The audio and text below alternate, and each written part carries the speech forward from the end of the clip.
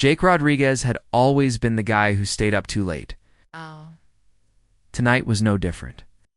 At 2:47 a.m., he sat alone in the university's radio telescope control room, munching on cold pizza and watching data streams flow across multiple computer screens.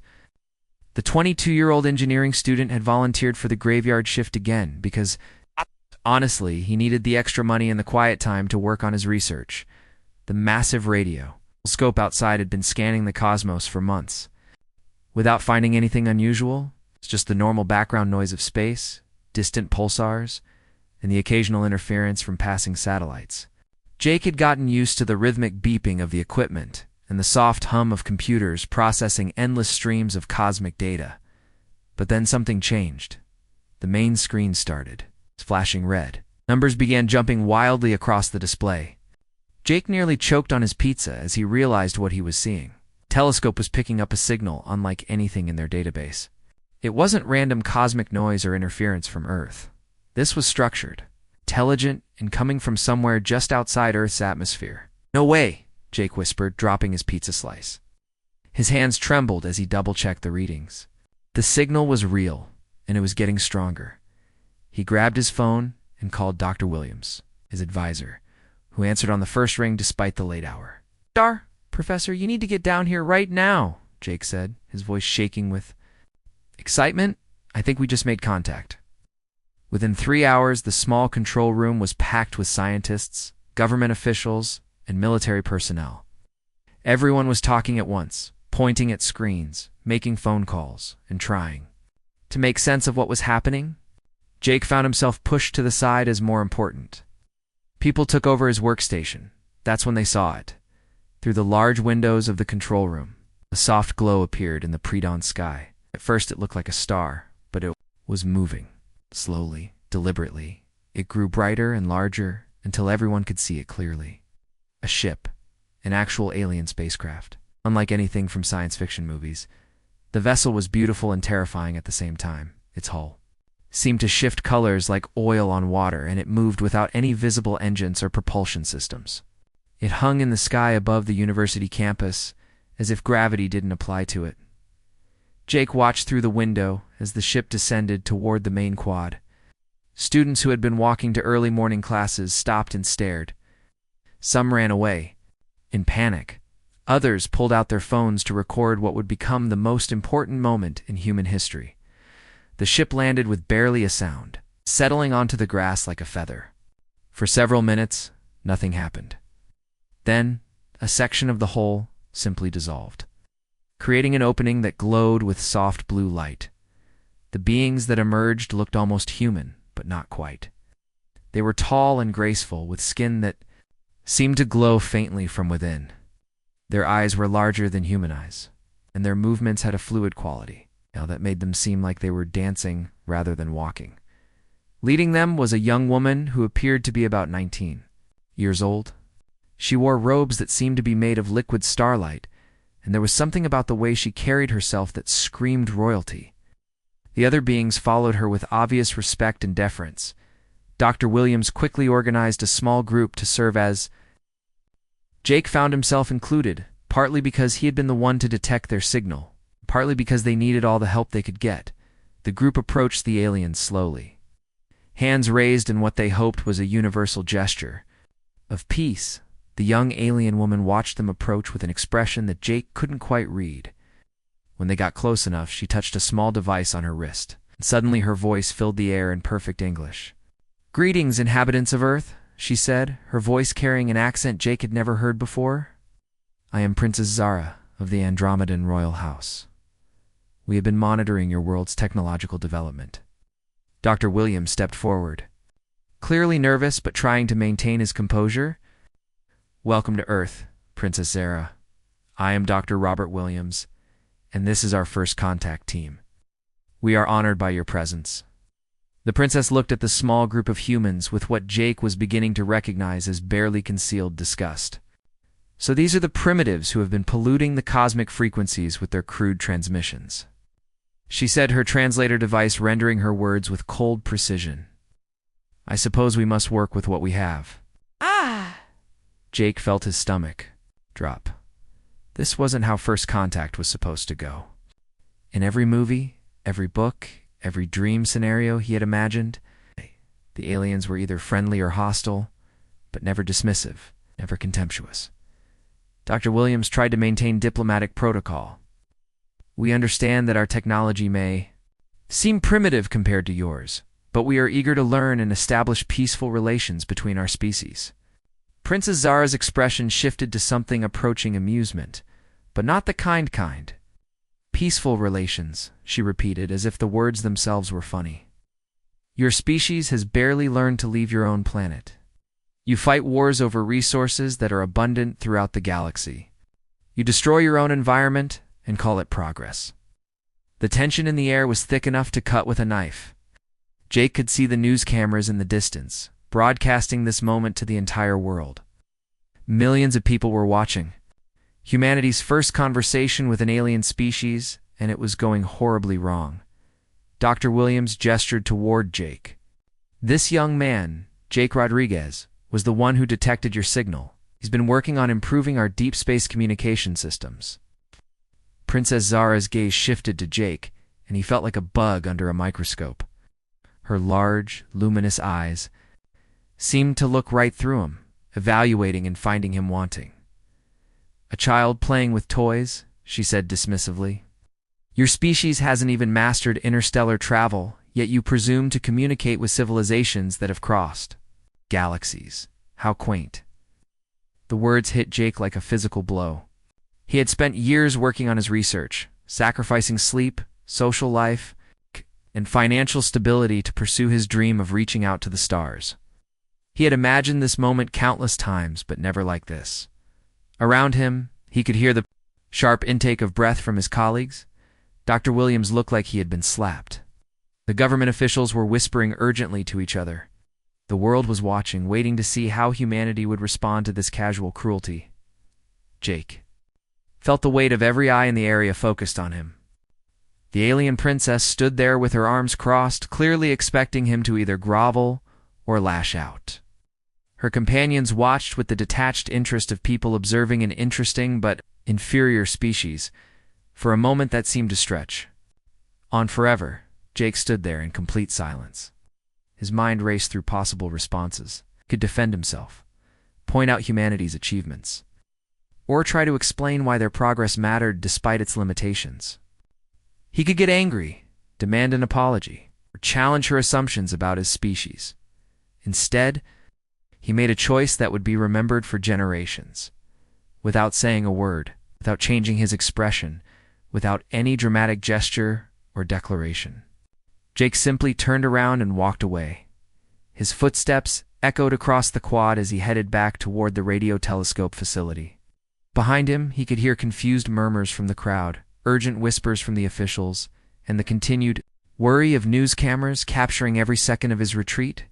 He didn't look back. He didn't pause. He just walked away with quiet dignity, leaving the princess and her entourage standing there in the morning sunlight. It's surrounded by the chaos of first contact, but suddenly missing the one human who had made it possible, as Jake disappeared into the building where he had made the discovery that changed everything. Princess Zara found herself staring at the empty space where he had been standing. For the first time in her 19 years of life, she was completely at a loss for words. The human had done something no being had ever done before. He'd walked away from her without a word, without anger, without explanation. In that simple act, he had somehow managed to make her feel small, despite her superior technology, her royal bloodline.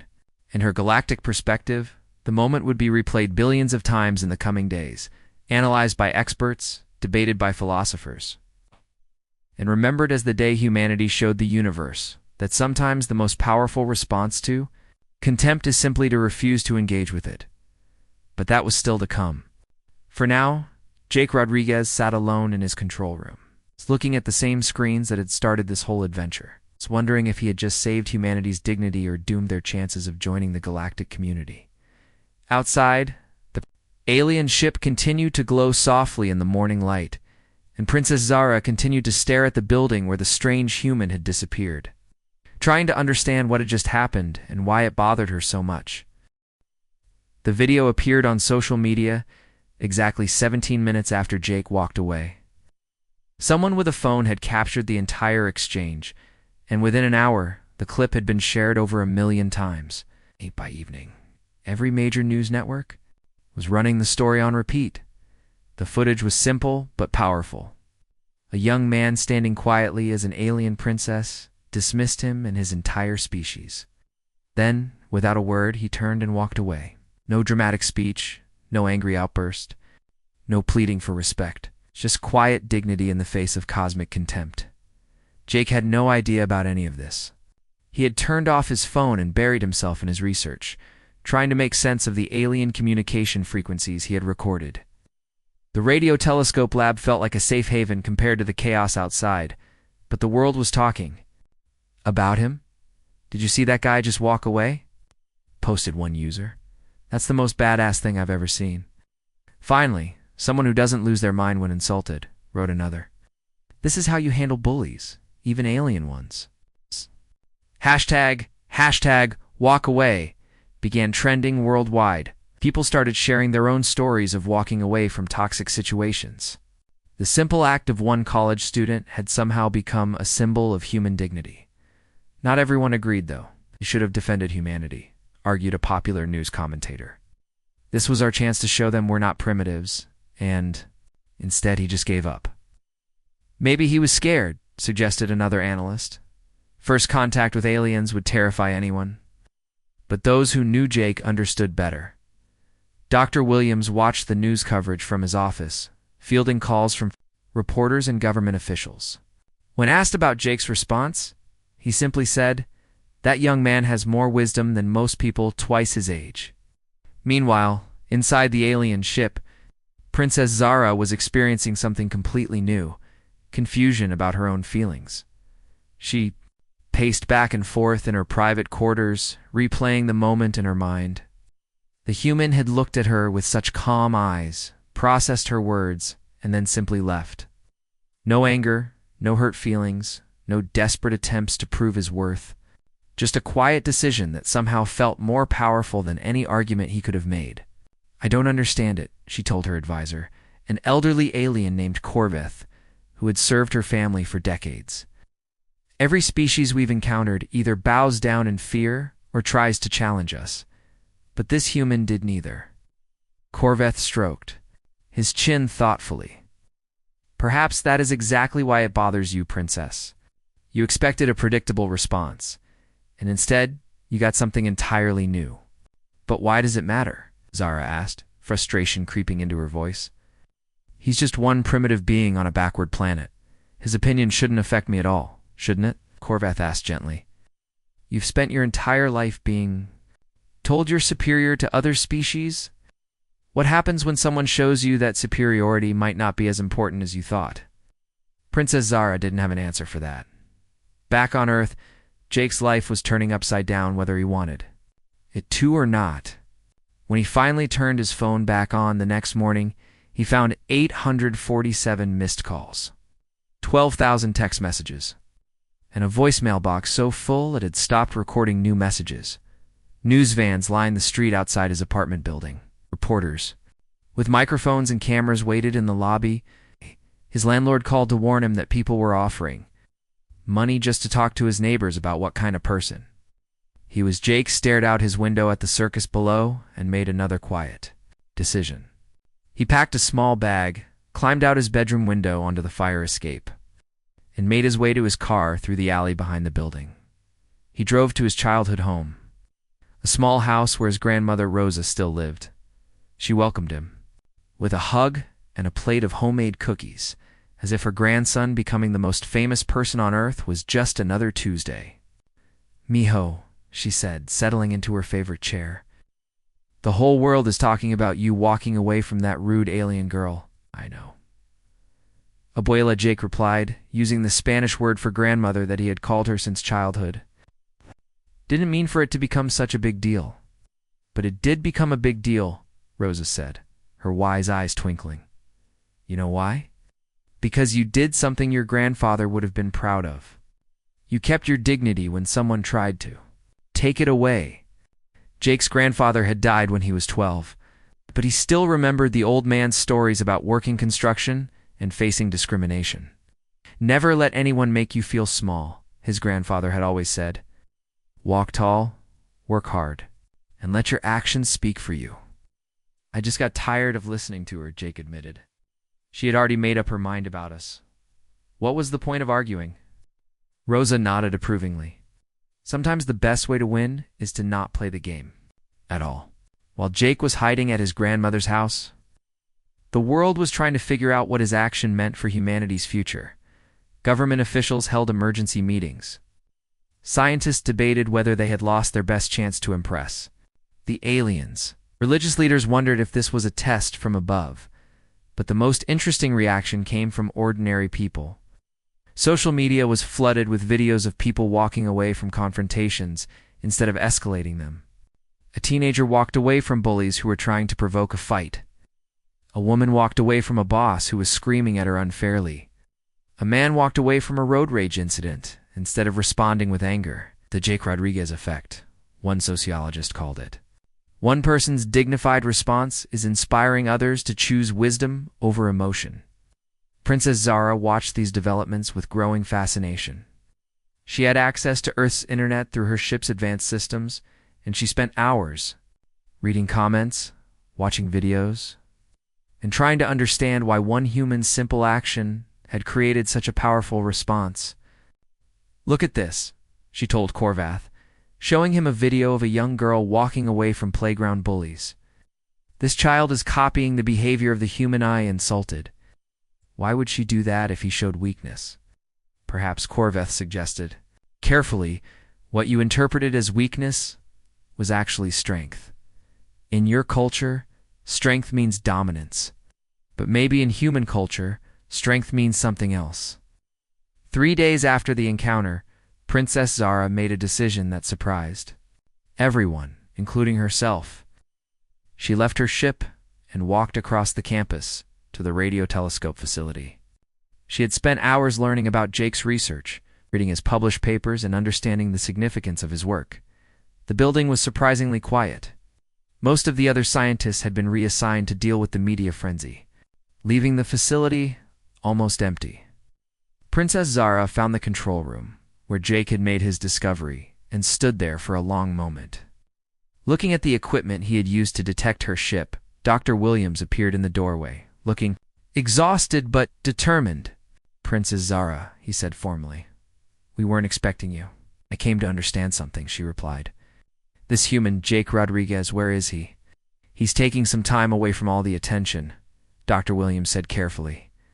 "Your words had quite an impact on him." "My words," Princess Zara repeated slowly. "Yes, I suppose they did." She paused, studying the professor's face. "Tell me about him, about his work." Dr. Williams spent the next hour explaining Jake's research, his dedication, and his dreams of making contact with other civilizations. As he spoke, Princess Zara began to understand that she hadn't just insulted a random human, she had dismissed someone who had spent years reaching out to the stars, hoping to find exactly what she represented. "He wanted to meet us," she said, quietly, "and I treated him like he was nothing." "Jake has a saying," Dr. Williams told her. "He says that the universe is too big for small minds. I think he was hoping you might feel the same way." Princess Zara left the facility deep in thought. For the first time in her life, she was beginning to question everything she had been taught about other species. The human had shown her something. She had never seen before the power of quiet dignity in the face of disrespect. That night, she stood on the observation deck of her ship, looking down at the lights of the city below. Somewhere down there, Jake Rodriguez was probably still thinking about their encounter. She wondered if he hated her, if he was planning some kind of revenge, or if he had simply written her off as another arrogant alien and moved on with his life. What she didn't know was that Jake was sitting on his grandmother's porch, looking up at the stars and wondering the same thing about her. He had walked away from her insult, but he hadn't walked away from the possibility that somewhere in the universe there might be beings who could see past their own prejudices. The question was whether Princess Zara was one of them. Princess Zara had never experienced rejection before in her 19 years of life, which was equivalent to about 60 human years due to her species' slower aging process. She had been surrounded by beings who either feared her family's power or desperately wanted to gain their favor. Everyone always said yes to her. Everyone always agreed with her opinions. Everyone always told her she was right. But Jake Rodriguez had done none of those things. He had simply walked away. She couldn't. Stop thinking about it. The way he had looked at her with those calm, steady eyes. The way he had processed her insult without flinching. The way he had turned and left without giving her the satisfaction of a reaction. It was driving her crazy. I don't understand this. Species, she told Corvith for the 100th time as they sat in her private study aboard the ship. Every other civilization we've encountered follows predictable patterns. They either submit to superior power or they fight against it. Human did neither. Corvith, who had been watching his young charge pace back and forth for the past hour, set down his cup of Andromedan tea. Perhaps that's exactly why you can't stop thinking about him, Princess. He didn't follow your script. What script? Demanded, stopping mid-pace. The one where you're always right, always superior, always in control, Corvith said gently. For the first time in your life, someone has shown you that your opinion of them doesn't matter to them. And that's terrifying. Princess Zara wanted to argue, but the words stuck in her throat. Instead, she walked to the large window that looked out over the earth below. The planet was beautiful from this height, swirling white clouds, deep blue oceans, and patches of green and brown land. It looked so peaceful, so innocent. Tell me about their history, she said suddenly. Corvith raised an eyebrow. Whose history? The humans. I want to understand them. Over the next several days, Princess Zara dove deep into human culture, like a student preparing for the most important exam of her life. She accessed Earth's internet, read books, watched movies, and studied historical records. What she discovered challenged everything she thought she knew. About primitive species, she learned about human art that moved her to tears. A painting called Starry Night by someone named Vincent van Gogh made her stare at the swirling colors. For hours, a piece of music by Bach made her feel emotions she didn't know she possessed. A poem about love and loss by Maya Angelou made her question what she thought she knew about wisdom, but it was the stories of human sacrifice and heroism that really got to her. She read about people who had given their lives to save strangers, about scientists who had spent decades working on problems they knew they might never solve, about ordinary people who had chosen to do the right thing even when it cost them everything. They're not primitive, she whispered to herself one night as she read about a human named Harriet Tubman who had risked her life repeatedly to help enslaved people escape to freedom. They're actually quite remarkable, she began. To research Jake specifically, the ship's computer systems could access any public record on Earth, and she spent hours learning about his life. She discovered that he was the son of immigrants who had worked 3 jobs each to put their children through school. She read about how Jake had worked as a janitor, a delivery driver, a tutor while maintaining a perfect grade point average. His published research papers impressed her even more. Despite her advanced education and access to galactic knowledge, she found his insights into radio astronomy genuinely brilliant. His theories about improving deep space communication were so innovative that they could have applications for her.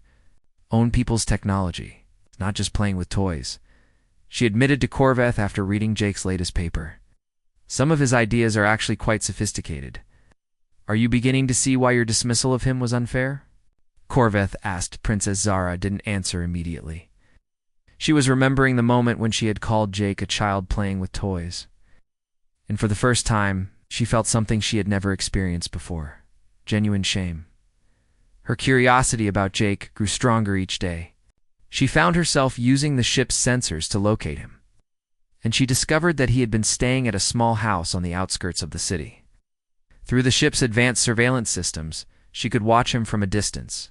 She saw him helping an elderly woman with her garden. She watched him fix a neighbor's broken fence without being asked. She observed him sitting on the porch at night, looking up at the stars, with an expression of wonder that reminded her of her own childhood fascination with the cosmos. He still dreams of reaching the stars, she told Corvith one evening after.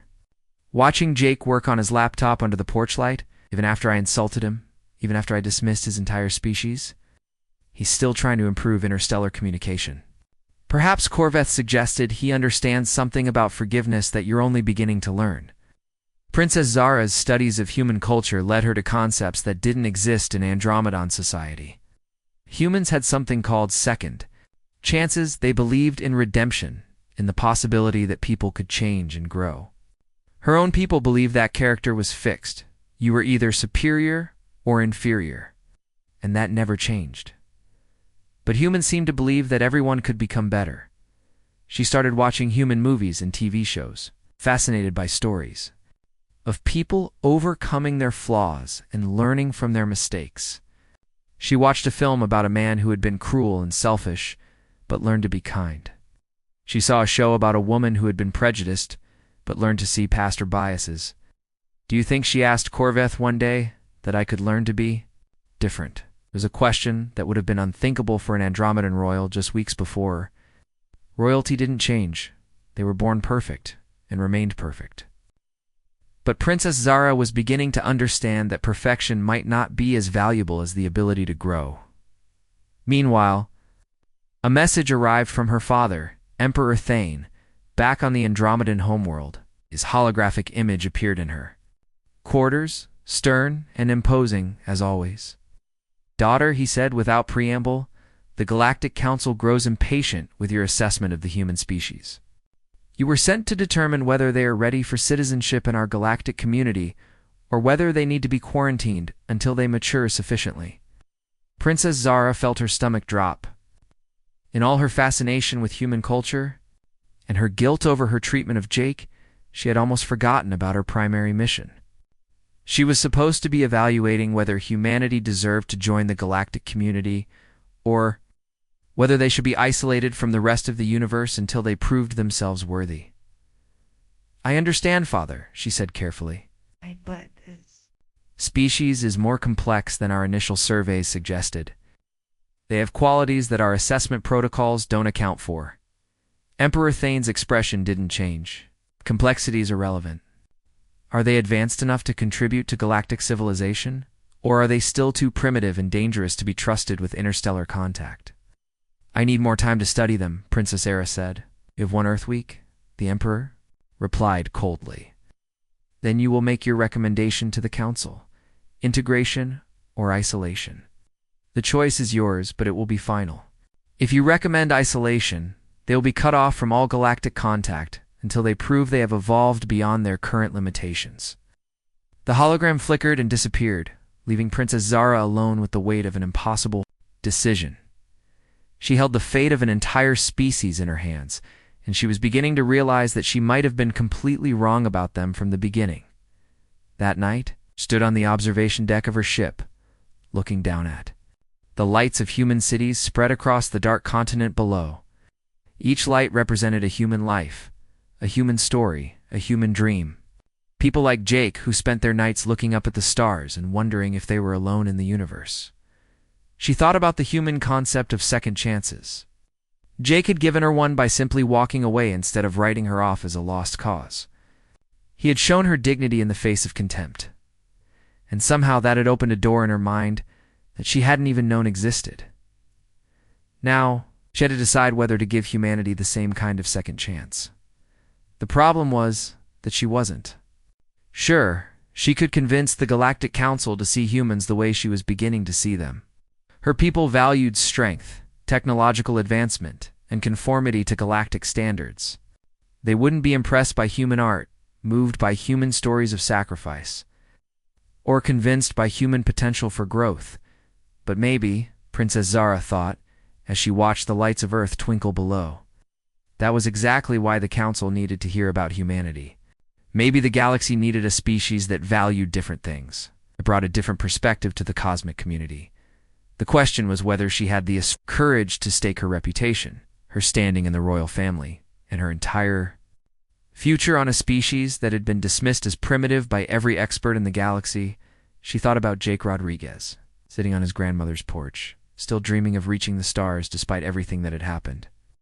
If a human could have that kind of courage, Maybe an alien princess could find some courage of her own. Jake was helping his grandmother Rosa plant tomatoes in her backyard when the sky started acting strange. It was early morning, and the sun had been shining normally, but suddenly everything took on an odd greenish tint. The radio in the kitchen began crackling with static, and Rosa's old television started showing nothing but snow. "Mijo, what's happening?" Rosa asked, looking up at the sky with worry in her weathered face. Jake straightened up from the garden, bed dirt still on his hands, and followed her gaze. What he saw made his heart skip a beat. The sun looked wrong. It was flickering like a light bulb, about to burn out. And strange colors were dancing around its edges. His phone started buzzing, frantically. Despite his attempts to stay hidden from the media, Dr. Williams still had his number. Jake answered on the third ring. "Jake, thank God you picked up," Dr. Williams said, his voice tight with panic. "We have a massive solar storm heading our way. The biggest one ever recorded. It's going to hit us in less than 18 hours. Jake felt his blood turn cold. He had studied solar storms in his research, and he knew what a major one could do to Earth. How bad are we talking? Complete electrical grid failure across most of the planet, Dr. Williams replied. Satellites destroyed, communication systems, fried power plants shut down. It could set civilization back decades. We need you back here, Jake. The alien ship has some kind of protective technology, but we can't figure out how to coordinate it with our defense systems. Why me? Jake asked, though he was already walking toward his car. You have dozens of scientists who know more about this stuff than I do. 'Cause you're the only one who studied their communication signals in detail, Dr. Williams explained. You understand their technology better than anyone. And honestly, Jake, the princess, has been asking for you specifically. Jake stopped walking. She what? She wants to work with you? Said she won't collaborate with anyone else? I know you two got off to a bad start, but right now, she might be humanity's only hope. Jake looked back at his grandmother, who was still staring at the strange sky with fear in her eyes. He thought about all the elderly people like her, all the children, all the families who would suffer if the power grid collapsed. Whatever personal feelings he had about Princess Zara would have. To wait, I'll be there in an hour, he said. The drive back to the university felt like the longest hour of Jake's life. The radio was full of emergency broadcasts and panicked reports. People were already starting to flee the cities, creating massive traffic jams.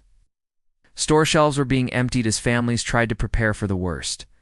When Jake arrived at the radio telescope facility, he found it buzzing with activity. Military personnel, government officials, and scientists were running around with tablets and clipboards, shouting orders and trying to coordinate a response to the crisis. Dr. Williams met him at the entrance looking like he hadn't slept in days. The alien ship can create some kind of energy shield, he explained, as they hurried toward the control room. But it needs to be synchronized with our satellite defense network, and their technology is completely different from ours. Now where? Is she? Jake asked. Waiting for you in Lab 3, Dr. Williams replied. Jake, I know this is awkward, but we're running out of time. The storm hits in 17 hours, and if we can't get this shield working, millions of people are going to die. Jake took a deep breath and walked toward Lab 3. He found Princess Zara standing in front of a complex holographic display showing Earth's magnetic field and the approaching solar storm.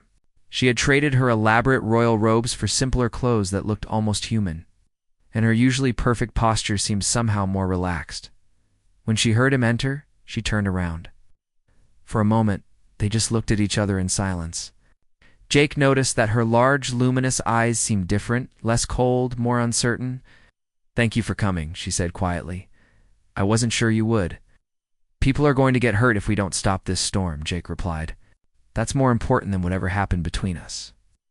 Princess Zara nodded slowly. You're right, of course. I have something to say to you first, though. Jake waited, not sure what to expect. I was wrong about you, she said, the words coming out in a rush. I was wrong about your species. I insulted you and dismissed your work without understanding any of it. I've spent the last week studying human culture and your research, and I realize now that I was behaving like exactly the kind of primitive being I accused you of being. Jake studied her face, looking for signs of deception or manipulation. Instead, he saw something that looked remarkably like genuine regret. "I called you a child playing with toys," Princess Zara continued. "But your work on deep space communication is actually quite brilliant. Some of your theories could improve even our technology. And your response to my rudeness showed a kind of wisdom that I'm only beginning to understand." "Why are you telling me this?" Jake asked. "'Cause I need your help to save your planet," she said simply. "But more than that, I need you to know that I see you differently now. I see all of you differently." Jake felt some of the tension leave his shoulders. "Okay," he said. "Show me what we're working with." The next 16 hours were the most intense of Jake's life. Princess Zara's ship could indeed create a protective energy barrier, but it worked on completely different principles from anything humans had ever developed. Their technology was based on quantum field manipulation, while Earth's defense systems relied on electromagnetic deflection. It's like trying to connect a computer to a water wheel. Jake muttered after his fourth failed attempt to synchronize the systems. "What's a water wheel?" Princess Zara asked. Jake looked up from his calculations, surprised. For someone from an advanced galactic civilization, she asked a lot of questions about simple human things. He spent a few minutes explaining how water wheels worked and was amazed to see her face light up with genuine interest. "That's actually quite clever," she said. "Using natural force for mechanical advantage. We have similar principles in our quantum systems, just applied differently." "Wait," Jake said, a new idea forming in his mind. "What if we don't try to connect the systems directly? What if we use your quantum field as the power source and our electromagnetic network as the delivery system?" Princess Zara's eyes widened. As she understood what he was suggesting, create a hybrid interface that translates between the two technologies. Exactly. "Your ship provides the raw protection. Our satellites shape and direct it."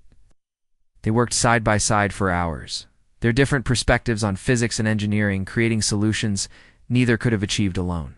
Hey, Jake found himself impressed by Princess Zara's quick grasp of human technology. While she seemed amazed by his intuitive understanding of complex systems. "You know," she said during a brief break, "in all my education about primitive species, no one ever mentioned that. Different doesn't mean inferior." "We have a saying," Jake replied, pulling up another set of calculations. "Two heads are better than one." Sometimes the best solutions come from combining different ways of thinking. As the hours passed, something unexpected happened. They stopped. Being an alien princess and a human student, and became simply two scientists working together to solve an impossible problem. They shared jokes, argued about formulas, and celebrated small breakthroughs together. With 3 hours left before the solar storm hit, they finally cracked the code. The hybrid defense system came online just as the first waves of solar radiation began hitting. Earth's atmosphere, Jake and Princess Zara stood together in the control room, watching the displays as their combined technologies created a shimmering barrier around the planet. The solar storm, which should have devastated human civilization, was deflected harmlessly into space. "We did it," Jake said, hardly believing it was real. "We did," Princess Zara agreed, and for the first time since he had met her, she was smiling. Outside, the sky lit up with the most beautiful aurora anyone had ever seen as the deflected solar energy danced across the protective barrier. People all over the world came out of their houses to watch the light show, not knowing how close they had come to disaster. "Jake," Princess Zara said as they watched the aurora through the lab windows, "I owe you more than an apology. You, my respect. What we just accomplished working together was better than anything I could have done alone." Jake nodded. "Same here. Your technology saved us, but it only worked because we found a way to combine it with ours. My people have a saying," Princess Zara said. "Strength comes from unity of purpose, not superiority of design." "That's a good saying," Jake replied. "Maybe your people and mine have more in common than either of us thought." As they stood there together, watching the lights dance across the sky, both of them realized that something fundamental had changed. They had started as enemies, become allies, and somehow, in the process, had discovered that understanding between species was not only possible, but incredibly powerful. The question now was whether the rest of the galaxy would see it the same way. The week deadline had arrived, and Princess Zara stood in the communications chamber of her ship, staring at the massive holographic display that connected her to the Galactic Council. Representatives from dozens of advanced civilizations filled the screen, beings with tentacles, others that looked like living crystals, and some that appeared to be made of pure energy. At the center sat her father, Emperor Thane, his stern face carved from what looked like living stone. Jake stood beside her, having been invited to witness what might be the most important decision in human history. His presence gave her strength, though she knew that ultimately this choice was hers alone to make. Honored members of the Galactic Council, Princess Zara began, her voice carrying across space to civilizations that had existed for millions of years. I have completed my assessment of the human species. The chamber fell silent. Across the galaxy, beings who had conquered stars and bent the laws of physics to their will waited to hear the fate of one small blue planet. Jake felt his heart pounding as he thought about everyone he loved: his grandmother Rosa, Dr. Williams, his fellow students, and the billions of people who had no idea their future hung in the balance. The beautiful aurora from their successful collaboration still danced in the sky outside. But now it felt like it might be the last beautiful thing Earth would see for a very long time. When I first arrived on this world, Princess Zara continued, I saw exactly what I expected to see. A primitive species struggling with basic technology, polluting their own planet, fighting wars over resources that are abundant throughout the galaxy. I was prepared to recommend immediate quarantine until they proved themselves worthy of our attention. Murmurs rippled through the council. Several representatives nodded approvingly, clearly agreeing with this assessment. Emperor Thane's expression remained neutral, but Jake caught a slight tightening around his eyes.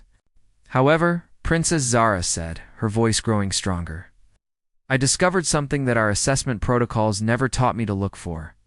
I discovered that I was wrong. The murmur stopped. In the history of the Galactic Council, royal assessors rarely admitted to being wrong about anything. I insulted one of their scientists during first contact, Princess Zara continued, and Jake felt every eye in the chamber turn toward him. I called him a child playing with toys, dismissed his work as primitive, and treated his entire species with contempt. Do you know how he responded? She paused, letting the question hang in the space between worlds. He walked away. Without anger, without retaliation, without any attempt to prove me wrong.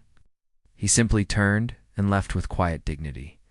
In that moment, he taught me something that all our advanced education had never shown me, that true strength sometimes means choosing not to fight. Jake remembered that moment, standing in the quad with the eyes of the world upon him.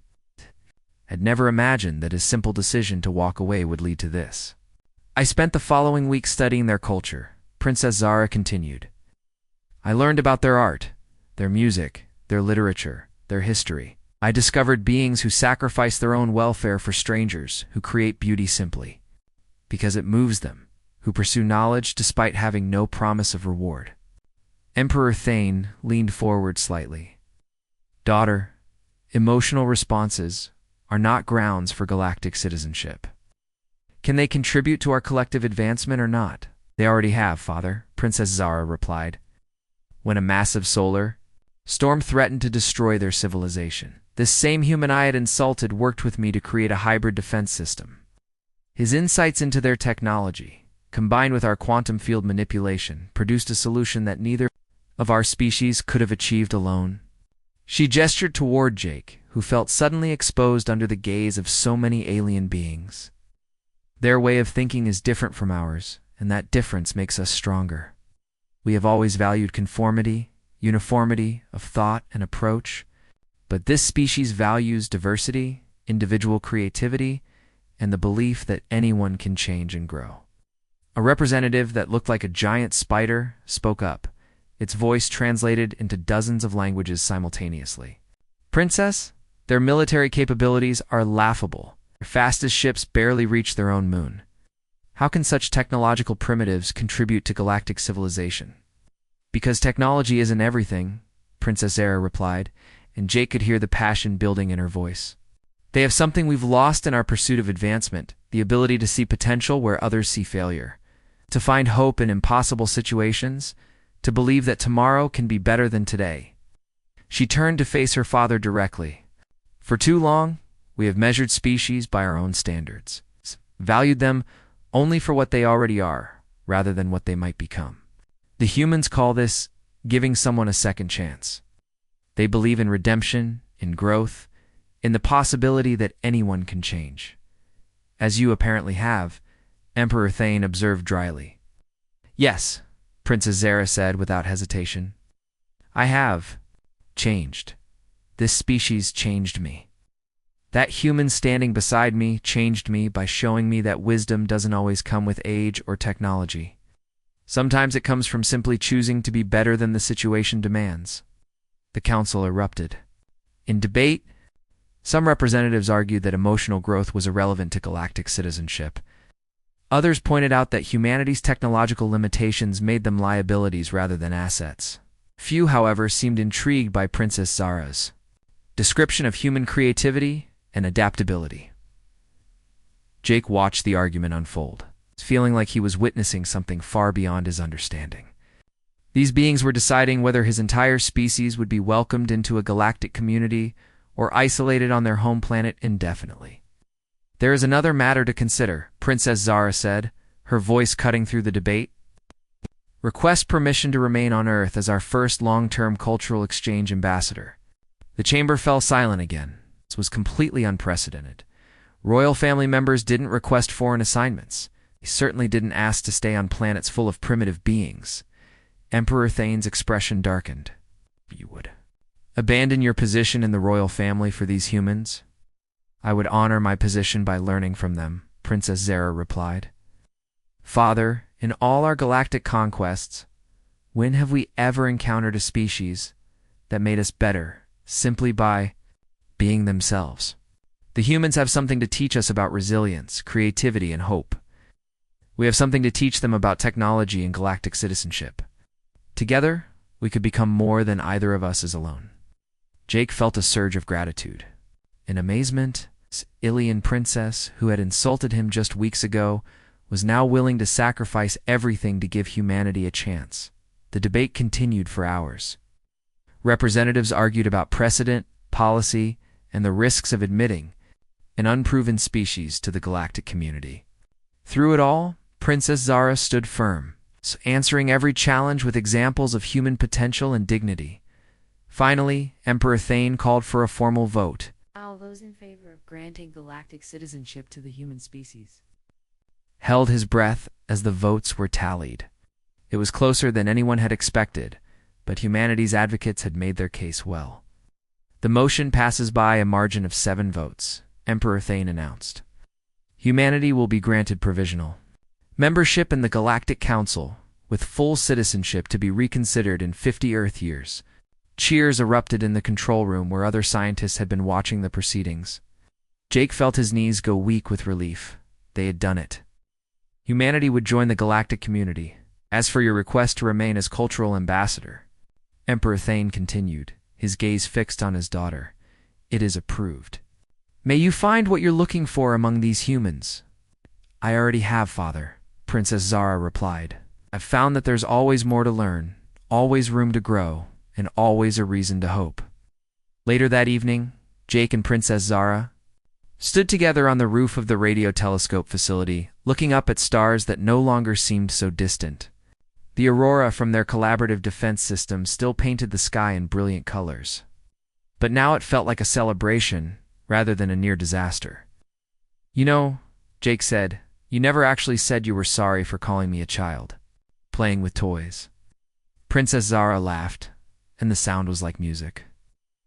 I thought sacrificing my royal position and changing galactic policy might count as an apology. It's a good start, Jake replied, grinning. But maybe next time, just say, I'm sorry first. Us humans appreciate the simple stuff. I'll remember that, Princess Zara said. I have a feeling I'm going to be learning about human customs for a very long time.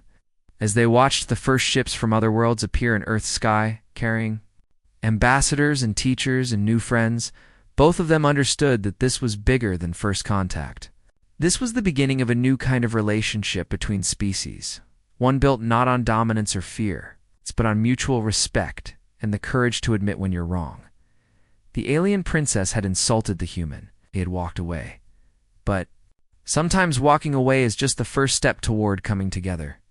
And sometimes the most unlikely friendships can change not just a people, but entire civilizations.